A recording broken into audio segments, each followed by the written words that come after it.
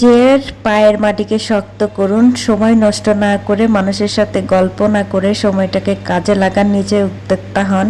Hello everyone, welcome back to my channel Kaniz চ্যানেলে আপনাদেরকে স্বাগতম। আমরা বোকা নারীরা কি করি? শুধু সংসারের পিছনে কাজকর্ম করে করে পুরা একটা দিন নষ্ট করে ফেলি এবং মানুষের সাথে গল্প করে সময় পার করে দেই এবং মানুষের গীবত পাপ কাজে লিপ্ত থেকেই আমাদের একটি দিন চলে যায়। কিন্তু আমরা কখনোই ভাবি না যে আমাদের পায়ের নিচের মাটিকে শক্ত করতে হবে। আর এই পায়ের নিচের মাটিকে শক্ত করতে হলে মানুষের সাথে ঘন্টার পর ঘন্টা গল্প করে সময় নষ্ট করা এবং গীবত গেয়ে পাপে লিপ্ত হওয়া এবং ফেসবুক ইউটিউবে খারাপ খারাপ ভিডিও দেখে নিজেদের মূল্যবান সময়কে আমরা শুধুমাত্র বসে থেকে গল্প গুজব করে সময়টাকে নষ্ট করি। কিন্তু দিন শেষে আমরা কি পাই? দিন শেষে আমরা কিছুই পাই না, শুধুমাত্র একটি দিন এইভাবে আমাদের পার হয়ে যায়। অনেক তো হলো, অনেক তো মানুষের সাথে গল্প করলাম, ফোনে অনেক ভিডিও দেখলাম, কিন্তু কি পেলাম? কিছুই পেলাম না। মানুষের সাথে আপনি ভালো সম্পর্ক রাখবেন, আজ আছে কাল নেই। মানুষকে আপনি উপকার করবেন, মানুষের সাথে চলাফেরা অভ্যাস করবেন, দিন শেষে আপনি কিছুই পাবেন না বদনামের ভাগই ছাড়া। অনেক দেখেছি, জীবন থেকে অনেক শিক্ষা গ্রহণ করে দেখেছি। তাই আসলে আমাদের নিজের পায়ের নিচের মাটিকে শক্ত করা উচিত। আর এই পায়ের নিচের মাটিকে শক্ত করতে হলে আমাদের পরিশ্রমে হতে হবে এবং আমাদের সময়কে সঠিকভাবে কাজে লাগাতে হবে। বাইরের মানুষের সাথে বেশি কথা না বলে নিজের সংসারের কাজে মনোযোগ দেওয়া উচিত আমাদের, এবং আমরা কিছু আর্নিং করতে পারি কিনা সেদিকে আমাদেরকে সচেতন হতে হবে, সেই চেষ্টা করতে হবে। চেষ্টা করলে এমন কোনো কাজ নেই যে সেই কাজে সফল হওয়া যায়। তাই আমরা অযথা সময় নষ্ট না করে আমাদের সময়কে কাজে লাগাতে হবে। মানুষের সঙ্গে না মিশে আপনি একটি গাছ লাগাবেন, গাছকে যত্ন করবেন, সেই গাছ আপনাকে ফুল অথবা ফল দেবে। কিন্তু মানুষের সাথে বেশি কথা বলে, বেশি সম্পর্ক করে লাস্টে আপনি কী পাবেন জানেন?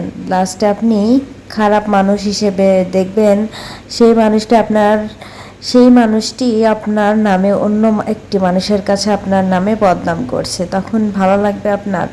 আপনি যত কম মিশবেন তত ভালো থাকতে পারবেন। নিজের পার্সোনাল কোনো কথা কারোর কাছে কখনো শেয়ার করবেন না, কারণ তার সঙ্গে আপনার সম্পর্ক সবসময় একই রকম থাকবে না। কোনো এক সময় খারাপ পর্যায়ে গেলে সে আপনার পার্সোনাল বিষয় সব কিছু মানুষকে বলে দেবে।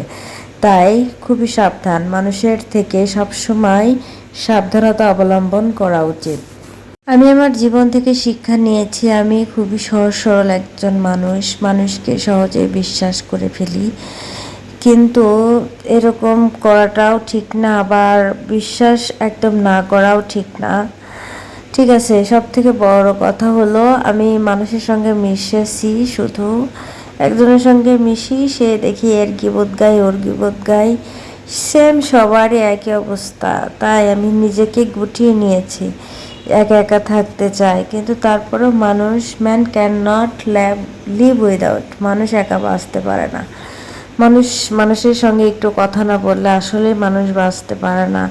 কিন্তু কি জানেন তো, সব থেকে সত্যি কথা হলো মানুষের সঙ্গে কথা বলতে গেলেই আপনার পাপ হবে, কেননা গীবত হবেই। মেয়ে মানুষ তো এক জায়গায় বসলে আর একজনের গীবত হবেই।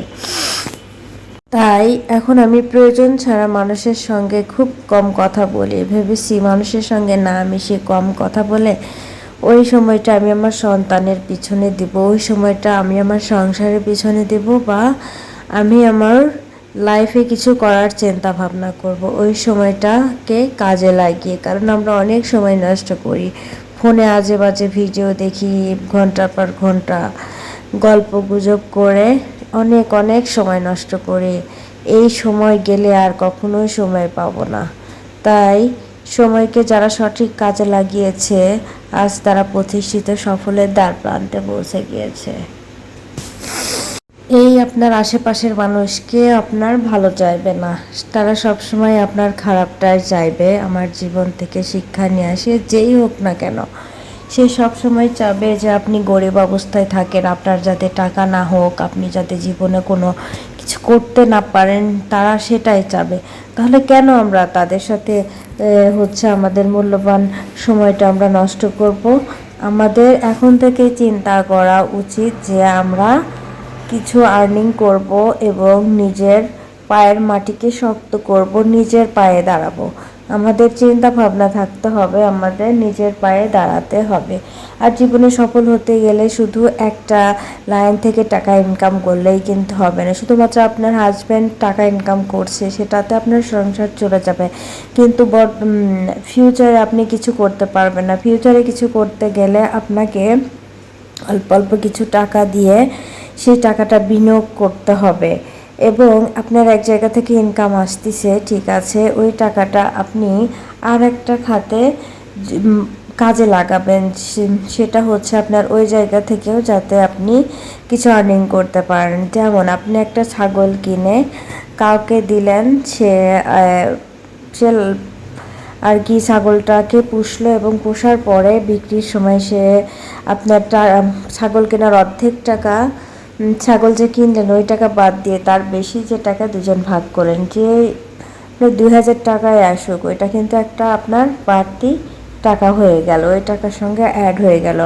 এরকম অল্প অল্প করে করে এরকম অনেক অনেক বিজনেস আসলে আমরা করতে পারি, শুধুমাত্র আমাদের ইচ্ছা শক্তি, চিন্তা ভাবনা যদি আমরা একটু চেঞ্জ করে।